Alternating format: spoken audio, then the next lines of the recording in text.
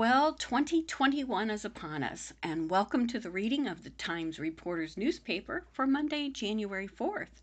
As you know, this is Pam. We will begin our reading with the area deaths. Janet L. Carr, 89 of Uhrichsville, died Thursday, December 31st, while in the care of Claymont Health and Rehabilitation at Uhrichsville. A private family service will be held. Paul Dradovic, aged 93, of New Philadelphia, died Sunday, December 27th, following a brief illness. Mass of Christian burial at a later date in Sacred Heart Catholic Church. Michelle Lynn Lesh, 59, of New Philadelphia, passed away on Friday, January 1st, at Schönbrunn Healthcare Center in New Philadelphia. A private graveside service will take place at Fort Lawrence Cemetery in Bolivar. David R. Major, known as Dave, 79, of Dover, passed away at Akron General Medical Center on Tuesday, December 29th. A graveside service will be planned at a later date. Buster Metcalf, 86, of New Philadelphia, passed away in Altman Compassionate Care on December 31st. Mass of the Christian burial in Sacred Heart Church on Tuesday, January 5th, beginning at 11 a.m. No public visitation will precede the Mass. Masks will be required at all events, in addition to social distancing observed.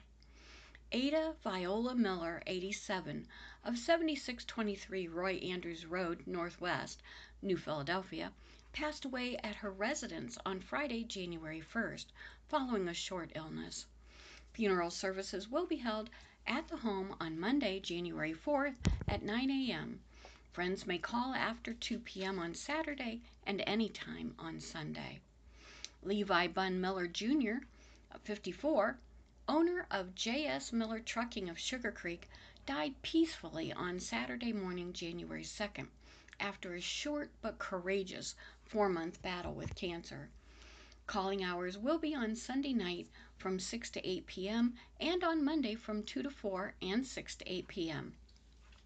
Funeral services will be on Tuesday, January 5th at 10 a.m.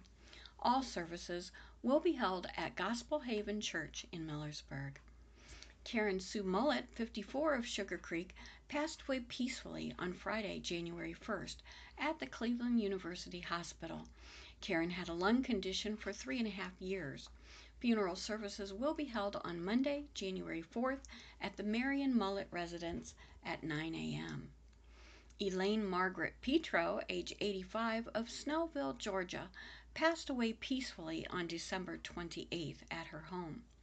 A private graveside service will be held at a later date at St. Joseph Calvary Cemetery in Dover. Robert Ray Thompson, age 81, of Tuscarawas, died peacefully Wednesday, December 30th, while in the care of Altman Compassionate Care Center at Canton. At this time, there will be no public visitation or services.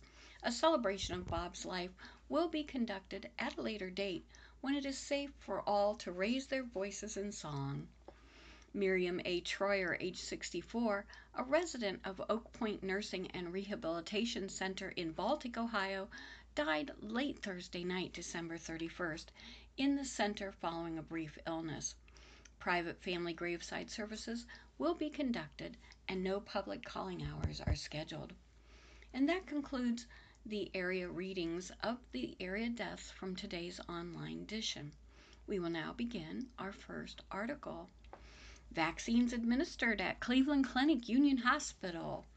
In Dover, Jennifer Maurer, a nurse, was the first employee of Cleveland Clinic Union Hospital to receive the COVID-19 vaccine as the hospital began immunizing its employees on Wednesday morning. A total of 70 caregivers were vaccinated Wednesday, according to Darren Lotzenschlager, Director of Community Relations at the hospital. Additional vaccinations of hospital caregivers are being scheduled and will continue according to the doses that will be available and delivered to the hospital through Cleveland Clinic, he said. The process will continue through the next several weeks. During Phase 1 of the state's vaccination distribution plan, vaccine supply will be limited, and Ohio will focus on vaccinating those who wish to be vaccinated in the critical Phase 1A groups, which include healthcare workers, EMS responders, and residents and staff at nursing homes. And here's the news for the Tuscarawas Village Council for the December 10th meeting. The key action was the village received an additional $13,912 in CARES Act funding. There was a discussion about a new estimate for plumbing, which was received by Peterman Plumbing for restroom updates. The cost of the TV and accessories for training sessions amounted to $3,201 from Best Buy.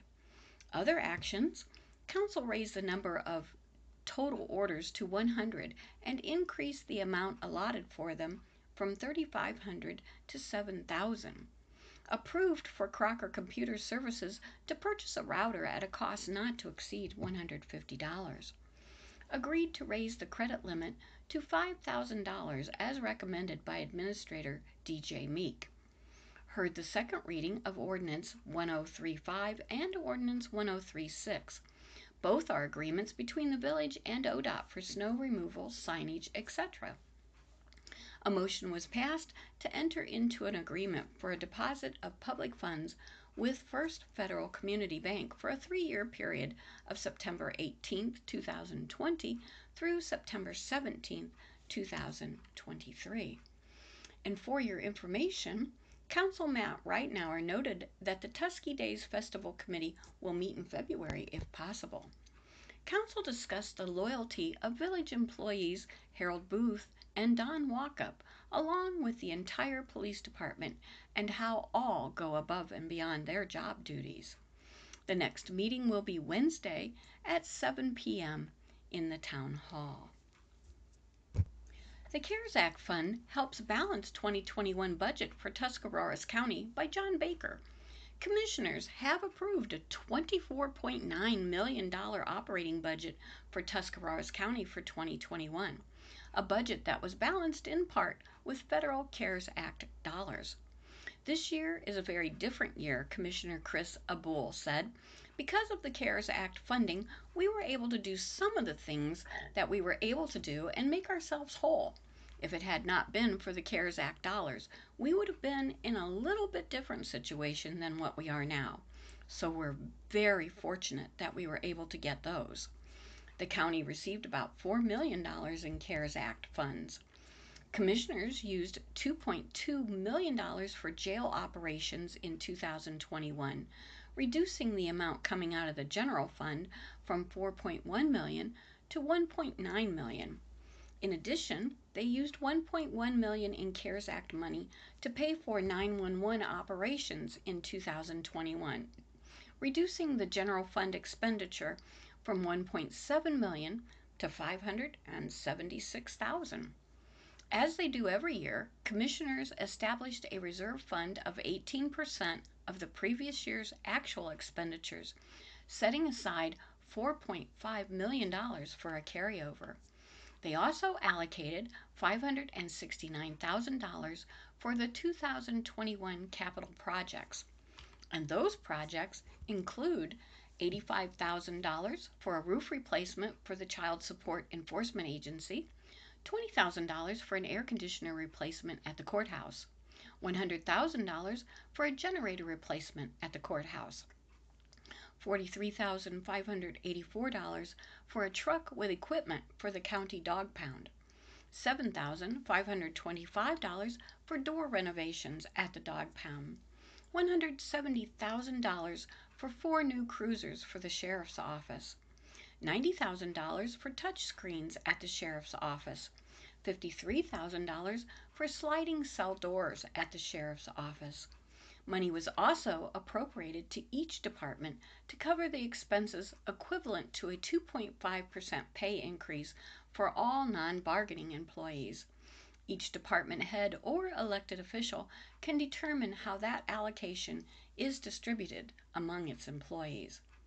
Commissioner Al Landis said the board kept a keen eye on 2022 as they put together the budget for 2021. Finances will continue to be tight while expenses are going up. For the past 3 years, expenses have outpaced revenues.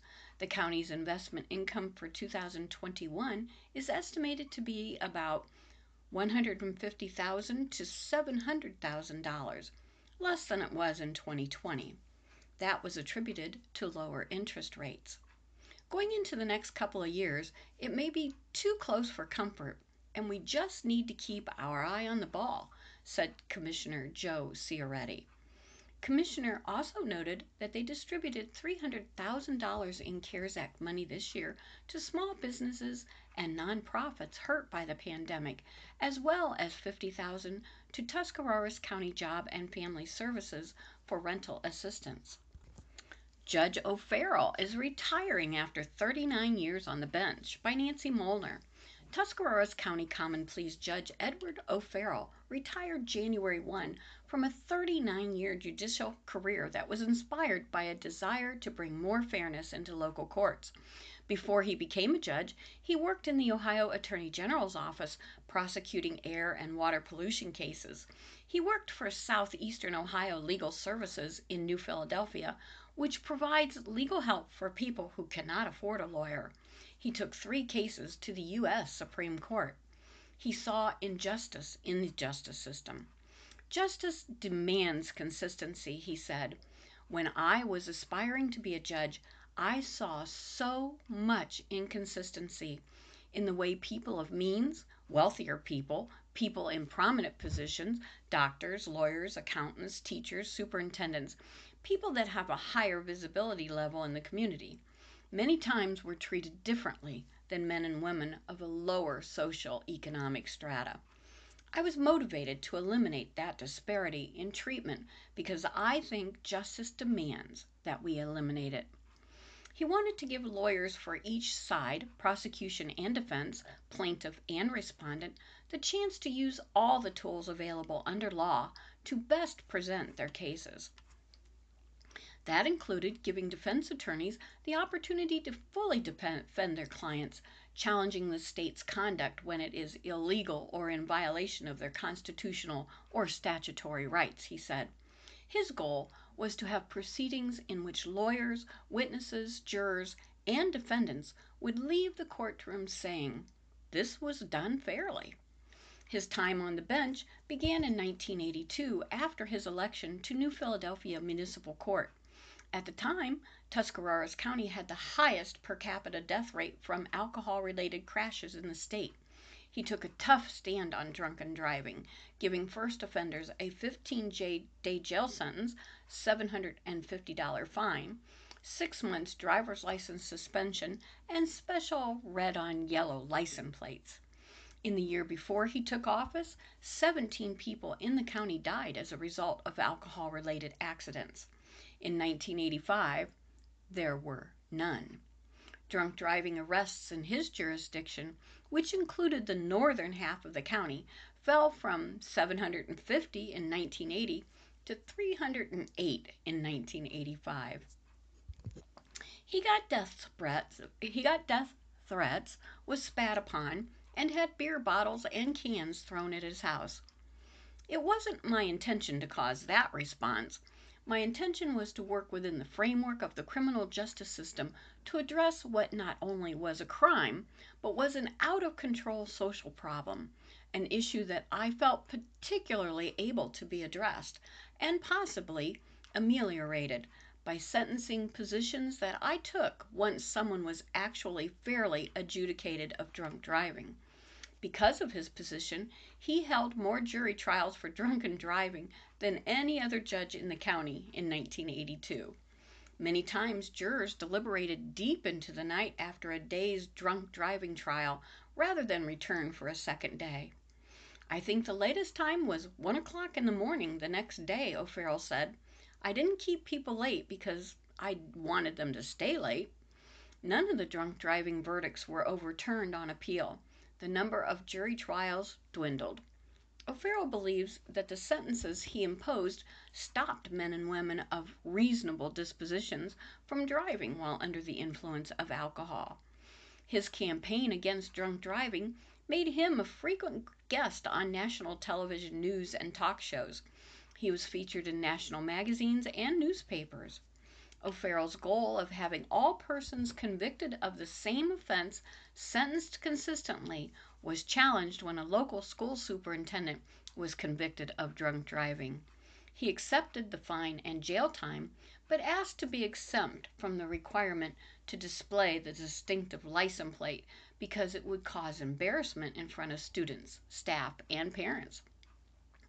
The judge said he rejected the request because he's no different from anybody else. What I was trying to accomplish was that men and women, regardless of who they were, what station in life, how prominent they were in the community, were going to be treated the same. He has one regret from his time as common pleas judge. He convicted a man in his 20s who was accused of fondling a teenager. It was not a jury trial. The judge was the sole trier of fact. I found that the young woman was credible, and he was not, O'Farrell said. He sentenced the man to 6 months in prison. Several years later, the accuser told a convenience store clerk that she had lied in court. She subsequently pleaded no contest to a perjury charge. The man who was wrongfully convicted told O'Farrell he did not want the accuser to go to jail or prison. It was one of the most magnanimous events I've ever witnessed in my life, O'Farrell said. I was stunned, and I abided by his request. O'Farrell took a few detours on his way to the legal profession. A native of Prairie du Chien, Wisconsin, he studied to be a Jesuit priest for 5 years after high school. I knew, essentially, about a week after I was there, I didn't want to be a priest, but it took me 5 years to get the courage to tell my parents. He told a writer for the Ohio State Bar Association for a profile published by the OSBA News on January 1, 2018. I come from a large Catholic family with 5 boys and a girl, so you know one of them has to be a priest. I guess that was going to be me. I had an incredible experience as a young Jesuit.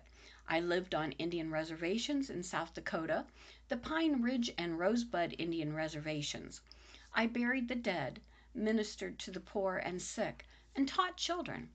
That's where the genesis of my desire to serve as a lawyer and then ultimately as a judge was born.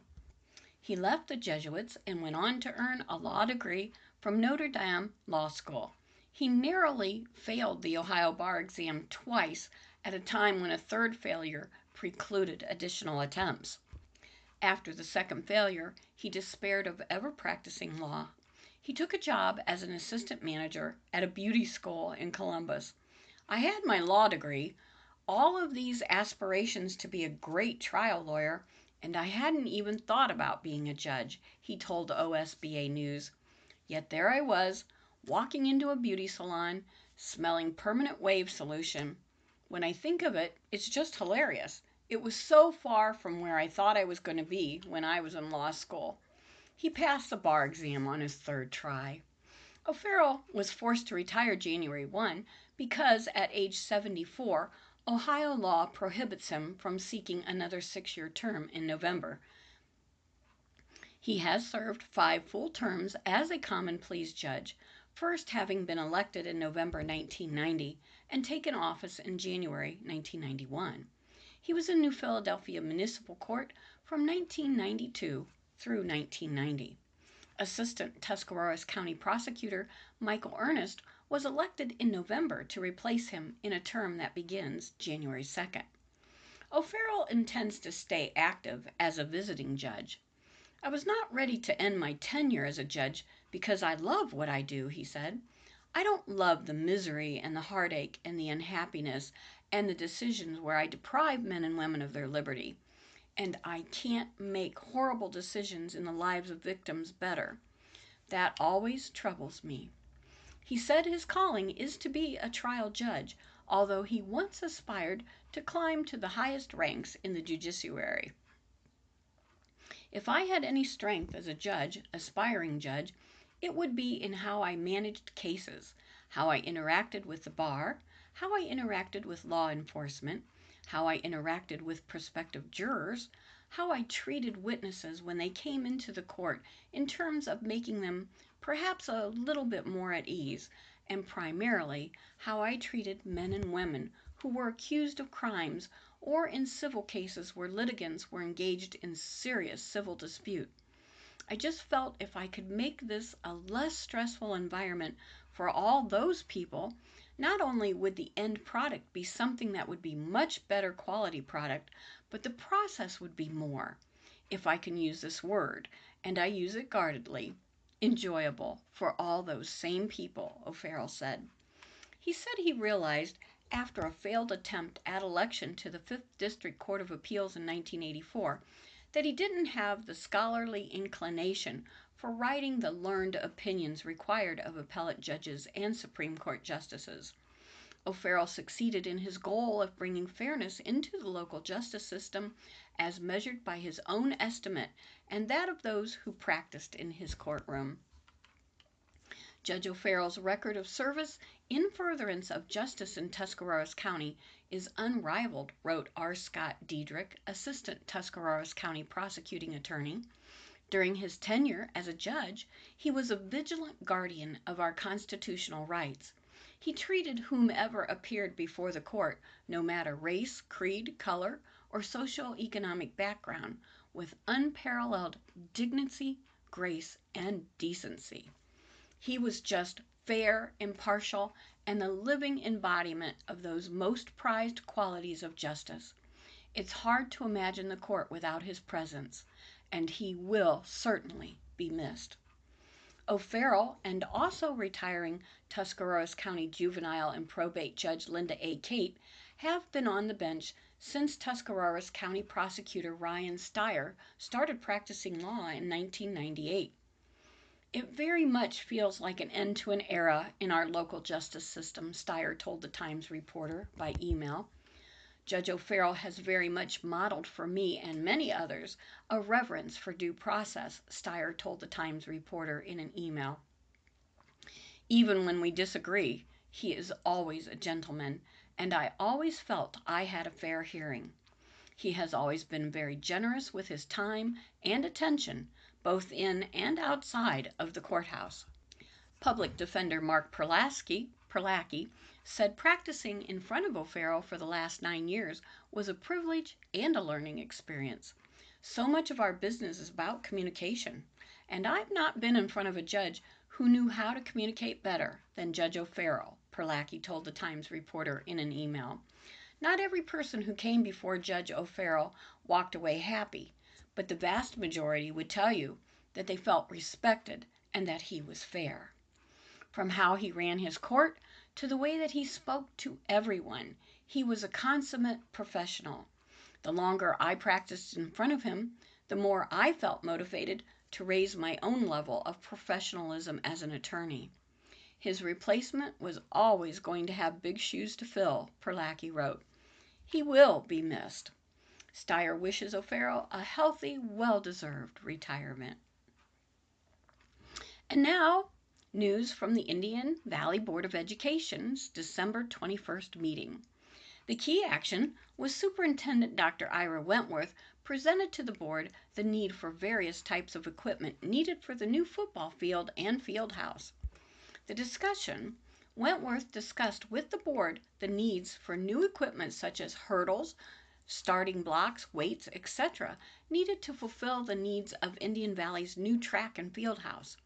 The board wants to ensure that the quality of the equipment in use by the students is great for the safety and well-being of both the athletes and the new facility, such as new hurdles to better suit the new material used to create the track. The board unanimously agreed that getting the new sports equipment the school needs is a great idea. In other action, accepted the following grants and donations. Doris and Floyd Kimball Foundation, grant towards new weight room, $20,000. Culpeper Foundation, grant towards Project Lead the Way, $12,285.17. Approved the Indian Valley Middle School 8th grade trip to Washington, D.C. through the Traveling Classrooms Tour Company, May 12th through the 14th, 2021. Approved the annual membership to the Ohio School Board of Association. Approved an incentive plan for substitute teachers serving Indian Valley local schools, contracted through the North Coast Shared Services Alliance for the time period of January 4th, 2021 through May 19th, 2021, as follows. Any substitute teacher working 35 days will receive a $525 bonus. Any substitute teacher working 70 days will receive an additional $525 bonus. Approved Caitlin Gilbert for FMLA leave effective approximately January 18th to March 1st, 2021. Approved the resignation of John Love, high school math teacher, effective January 2, 2021. Approved the resignation for purpose of retirement of Harry Huggins, intervention specialist, effective at the conclusion of the 2020-2021 school year. And up next, the next meeting will be held January 12th, 2021 at 7:15 p.m. at the Indian Valley High School Multipurpose Room in Gnadenhutten. Charges pending after Village Marathon robbed Friday in Coshocton. A 24-year-old Coshocton man was arrested by Coshocton County Sheriff's officers following an alleged robbery on Friday at Village Marathon on South White Woman Street. Officers were called to 2:55 p.m. Friday about a possible robbery at the Village Marathon. According to Sheriff Tim Rogers, the man was identified following interviews with witnesses and video review by detectives, then was later located and arrested by deputies. His name is being withheld pending formal charges. He is currently being held in the county jail. This incident remains under investigation. And that concludes the reading of the Times Reporter for Monday, January 4th. Thank you for inviting me into your home. This is Pam saying please remember to stay safe. Be blessed. Make it a great day.